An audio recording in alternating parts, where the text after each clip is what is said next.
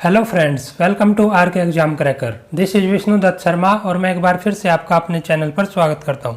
Friends, आज के इस वीडियो लेक्चर में मैं आपके लिए जो इंडियन पॉलिटी का चैप्टर है फंडामेंटल राइट्स, उससे रिलेटेड जो इम्पोर्टेंट क्वेश्चन है उसका पार्ट 2 लेके आया हूँ। इससे पहले मैं एक वीडियो लेक्चर लेके आ चुका हूँ जिसमें हमने 100 क्वेश्चंस कवर किए थे और ये जो रिमेनिंग क्वेश्चंस बचे थे हम इस पार्ट में कवर करेंगे।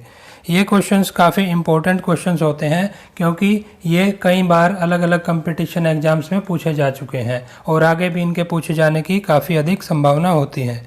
और फ्रेंड्स, अगर अब तक आपने हमारा चैनल सब्सक्राइब नहीं किया है तो जल्द से जल्द चैनल को सब्सक्राइब कर लें और बेल आइकन को प्रेस कर लें, जिससे आपको हमारी आने वाली हर वीडियो के बारे में जल्द ही नोटिफिकेशन मिल जाएगा।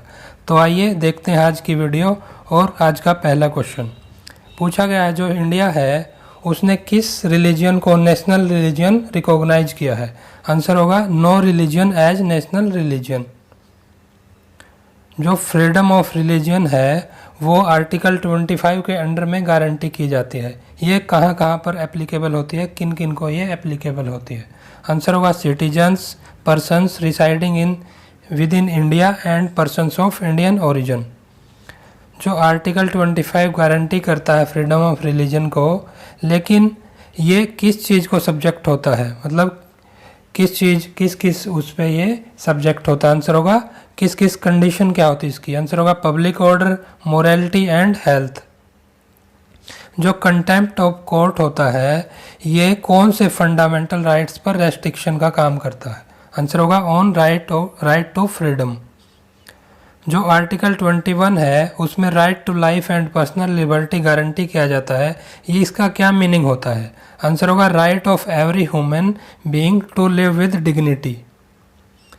जो आर्टिकल 21 है जो कि उसके अंडर किसी भी पर्सन की जो पर्सनल लिबर्टी है उसको डिप्राइव करना, जो कि वंचित किया जाता है, उसको कन्फर्म किस किस आर्टिकल के अंडर किया जाता है? आंसर होगा आर्टिकल 20 एंड आर्टिकल 22।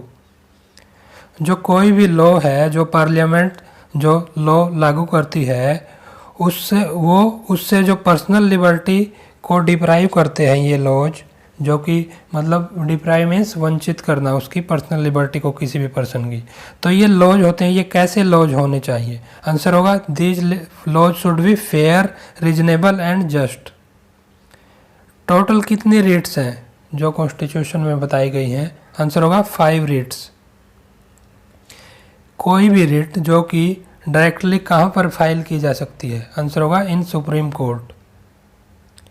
पूछा गया जो हैबियस कॉर्पस नाम की जो रिट है वो कैसे इश्यू की जाती है?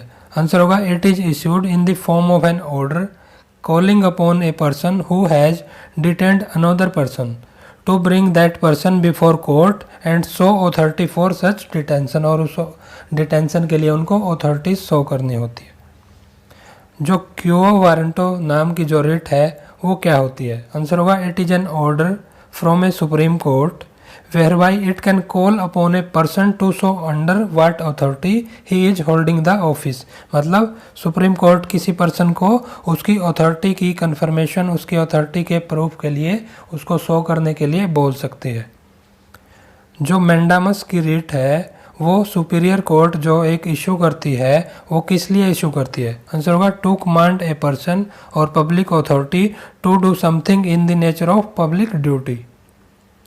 जो रिट है सर्सियोररी की वो एक सुपीरियर कोर्ट इंफीरियर कोर्ट को इशू करती है। ये किस लिए इशू करती है?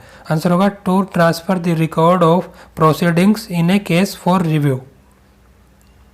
जो प्रोहिबिशन की जो रिट है वो एक सुपीरियर कोर्ट इशू करती है और ये किस लिए इशू करती है? आंसर होगा to prevent an inferior court, inferior court को ये प्रिवेंट करती है और tribunal from exceeding its jurisdiction और acting contrary to the rules of national justice. जो कोई भी किसी भी प्रकार की एक्सप्लॉयटेशन है वो कौन से आर्टिकल के अंडर प्रोहिबिट की जाती है? आंसर होगा अंडर आर्टिकल 23। जो कोई भी लेबरर है उसको जो मिनिमम वेजेज प्राप्त करने का अधिकार होता है, अगर उसको ये वेजेज नहीं मिलती तो वो कौन सा आर्टिकल होगा जो कॉन्स्टिट्यूशन का जो वायोलेट होगा? आंसर होगा आर्टिकल 23 वायोलेट होगा। जो चाइल्ड लेबर है वो कौन से आर्टिकल के अंडर प्रोहिबिट किया जाता है? आंसर होगा अंडर आर्टिकल 24। कोई भी पर्सन, किसी पर्सन को एक स्पेशल लॉ के अंडर डिटेन किया जाता है तो ये कब किया जाता है? आंसर होगा when there is a likelihood of committing offence against public. जब किसी पर्सन को एक स्पेशल लॉ के अंडर डिटेन किया जाता है तो एक एडवाइजरी बोर्ड बनाया जाता है। तो ये कितनी ड्यूरेशन के अंदर बनाया जाना चाहिए ये बोर्ड? आंसर होगा दिस बोर्ड, जो एडवाइजरी बोर्ड है, constituted with in the 3 months. 3 months के अंदर ये बोर्ड बनाया जाना चाहिए। जो मैंडामस की रिट है उसको किन ग्राउंड पे इशू किया जाता है? आंसर होगा non performance of public duties. देखिए अलग अलग रिट्स हैं जितनी है, इन पे अलग अलग फॉर्म में, अलग अलग लैंग्वेज में चेंज कर करके क्वेश्चन पूछा जाता है। तो ये क्वेश्चन बार बार रिपीट होते हैं एग्जाम्स में। जो रिट है क्यूओ वारंटो की, उसको किन ग्राउंड्स पे इशू किया जाता है? आंसर होगा on unlawful occupation of public office. जो हैबियस कॉर्पस की रिट्स है उसका क्या मीनिंग होता है? आंसर होगा produce the body before the court. जो बुलवार को पर्सनल फ्रीडम, ये कौन सी रिट को, किसको बोला जाता है? आंसर होगा हैबियस कॉर्पस की रिट को। जो रिट है, ऐसी कौन सी रिट है जिसका लिटरली मीनिंग होता है you may have the body? Answer होगा हैबियस कॉर्पस। ये मीनिंग हैबियस कॉर्पस का होता है। हैबियस कॉर्पस पे अलग अलग फॉर्म में क्वेश्चन पूछे गए हैं। जो राइट टू प्रॉपर्टी है उसको फंडामेंटल राइट की लिस्ट से एक्सक्लूड किया गया। ये कौन सी गवर्नमेंट, कौन हेड थे गवर्नमेंट के उस टाइम पे?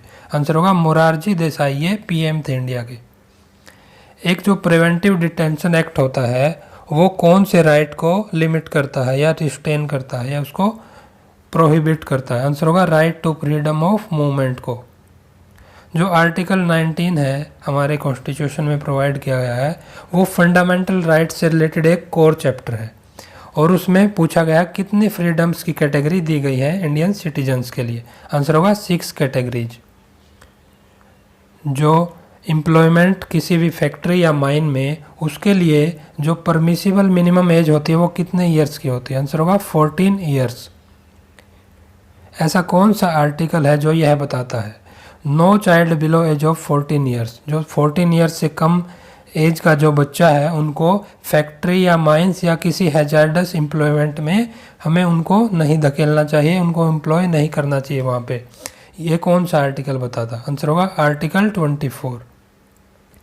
जो इक्वलिटी और आर्बिट्रेरीनेस है उनको इनेमीज माना जाता है। ये किस केस के अंडर माना गया ऐसा? आंसर होगा Royappa versus Tamil Nadu state case. जो सुप्रीम कोर्ट ऑफ इंडिया है वो मानता है कि जो सेक्सुअल हैरेसमेंट है वर्किंग वुमेन की किसी भी वर्क प्लेस पे, वो उसके जेंडर इक्वलिटी और right to life and personal liberty, इन राइट्स की वायलेशन होगी। ये जो सुप्रीम कोर्ट ने माना किस केस के अंडर माना? आंसर होगा Vishakha and others versus state of Rajasthan. कौन सा एक फंडामेंटल राइट है जो न्यूली कॉन्स्टिट्यूशन में ऐड किया गया? आंसर होगा right to education of children. कोई भी रिट जो सुप्रीम कोर्ट एक रिट इशू करती है, ऐसी रिट जो क्वासी जुडिशियल या पब्लिक अथॉरिटी होती है उनको कंपेल करती है, उनको फोर्स करती है to perform its mandatory duty, वो रिट कौन सी होती है? आंसर होगा मैंडामस की writ. Writs are basically defined as, writs को बेसिकली कैसे डिफाइन किया जाता है, क्या उनकी परिभाषा होती है? आंसर होगा these are orders issued by the courts to enforce obedience to laws. जो फंडामेंटल राइट्स होते हैं वो किस चीज़ के ऊपर एक लिमिटेशन होते हैं या फिर उसके ऊपर एक प्रोहिबिशन होते हैं? आंसर होगा ऑन द स्टेट पावर। जो फ्रीडम फ्रॉम आर्बिट्रेरी अरेस्ट होता है ये किस राइट के अंडर प्रोवाइड किया गया है? आंसर होगा राइट टू पर्सनल लिबर्टी के अंडर। जो फंडामेंटल राइट्स हैं उनका नेचर कैसा होता है? बेसिकली उनका नेचर किस प्रकार का होता है? आंसर होगा both positive and negative nature. जो पर्सन्स होते हैं जो कि कंट्रीज हैं जैसे बांग्लादेश, श्रीलंका या फिर अफ्रीकन कंट्रीज से, उनको इंडिया में आने से रोकने के लिए प्रिवेंट किया जाता है, रोका जाता है। इसके लिए एक इंडियन सिटीजनशिप्स के लिए जो सिटीजनशिप अमेंडमेंट एक्ट पास किया गया, ये कौन से ईयर में पास किया गया? आंसर होगा इन 1986 में। कोई भी सिटीजन है जो इंडिया का, उसको राइट टू वोट से किन ग्राउंड्स पे डिबेयर किया जाता है, उनको इससे वंचित किया जा सकता है। आंसर होगा ऑन, ये ग्राउंड्स हैं जैसे कि अनसाउंडनेस ऑफ माइंड, क्राइम और करप्ट और illegal practice and non resident. जो राइट टू डिसेंट इन्वायरमेंट होता है वो कौन से राइट में इंक्लूड किया जाता है? आंसर होगा राइट टू लाइफ में। जो कॉन्स्टिट्यूशन है वो जो माइनॉरिटीज के राइट्स होते हैं उनमें से कौन से राइट को, किस रिगार्ड में राइट को ये प्रोटेक्ट नहीं करता है, डज नॉट प्रोटेक्ट? आंसर होगा एनी इंडिविजुअल कल्ट, जो एक स्पेशल एक पंथ से रिलेटेड जो उनके इंडिविजुअल है अलग अलग जो रिगार्ड्स हैं उसमें ये उनको प्रोटेक्ट नहीं करता कॉन्स्टिट्यूशन। जो राइट टू एजुकेशन है वो कौन से राइट के अंडर में आता है? आंसर होगा राइट टू लाइफ के अंडर, जिसमें आर्टिकल 21A पार्ट है उसमें ये ऐड किया गया। जो राइट टू प्राइमरी एजुकेशन है जो कि आर्टिकल 21A के अंडर गारंटी किया जाता है, उसको कॉन्स्टिट्यूशन में कौन से अमेंडमेंट एक्ट से उसमें इंजर्ट किया गया, ऐड किया गया? आंसर होगा बाई 86th अमेंडमेंट एक्ट। जो राइट ऑफ एक्यूज है, किसी भी दोषी है जो एक्यूज है उसको उसके जो किस ग्राउंड पे अरेस्ट किया गया ये बताना किस तरह का राइट है? ये एक मैंडेटरी राइट है, बिल्कुल ये कंपलसरी है उसको बताना। अंडर इंडियन कॉन्स्टिट्यूशन के अंडर में जो एक सिटीजन है उसको लाइफ और लिबर्टी है उससे उसको डिप्राइव करना, वंचित करना, ये किस अकॉर्डेंस में किया जा सकता है? आंसर होगा according to the procedure establish by law. जो लॉ के अकॉर्डिंग प्रोसीजर है उसके अकॉर्डिंग ये किया जा सकता है। जो राइट अगेंस्ट एक्सप्लॉयटेशन है वो किस चीज़ को प्रोहिबिट करता है, किस चीज़ को बैन करता है? आंसर होगा ट्रैफिक इन ह्यूमन बींग्स। जो charging capitation fee for admission to educational institution, जो हमारे एजुकेशनल इंस्टीट्यूशंस है उनके द्वारा ज़्यादा फीस का चार्ज करना ये इलीगल है और ये जो है जो सिटीजन्स का राइट टू एजुकेशन है उसको डिनाई करता है। ये ऐसा प्रिंसिपल कौन से केस के अंडर में दिया गया? आंसर होगा Mohan Jain versus state of Karnataka case. और जो प्रोटेक्शन गारंटी की जाती है अंडर आर्टिकल 21 जो कि अवेलेबल है सभी कन्विक्ट्स को भी, जो जेल्स में कन्विक्ट होते हैं, दोषी होते हैं या कैदी होते हैं, उनको भी ये प्रोटेक्शन प्रोवाइड किया गया है। इसके अंडर में जो ये माना गया है कि जो फंडामेंटल राइट्स हैं दूसरे सभी कैदियों के भी जो फंडामेंटल राइट्स हैं उनको उनसे वंचित नहीं किया जा सकता। ऐसा जो प्रिंसिपल दिया गया ये कौन से केस में दिया गया?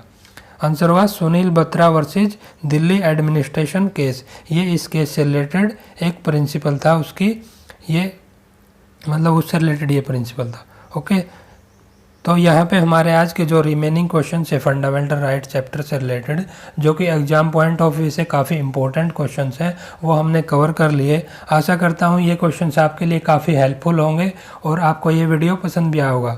अगर आपको वीडियो पसंद आता है तो आप वीडियो को ज़्यादा से ज़्यादा लाइक करें, ज़्यादा से ज़्यादा लोगों के बीच शेयर करें और चैनल को सब्सक्राइब ज़रूर कर लें। तो वीडियो को हम यहीं पर समाप्त करते हैं और मिलते हैं नेक्स्ट वीडियो में और अच्छे क्वेश्चंस के साथ। Thank you.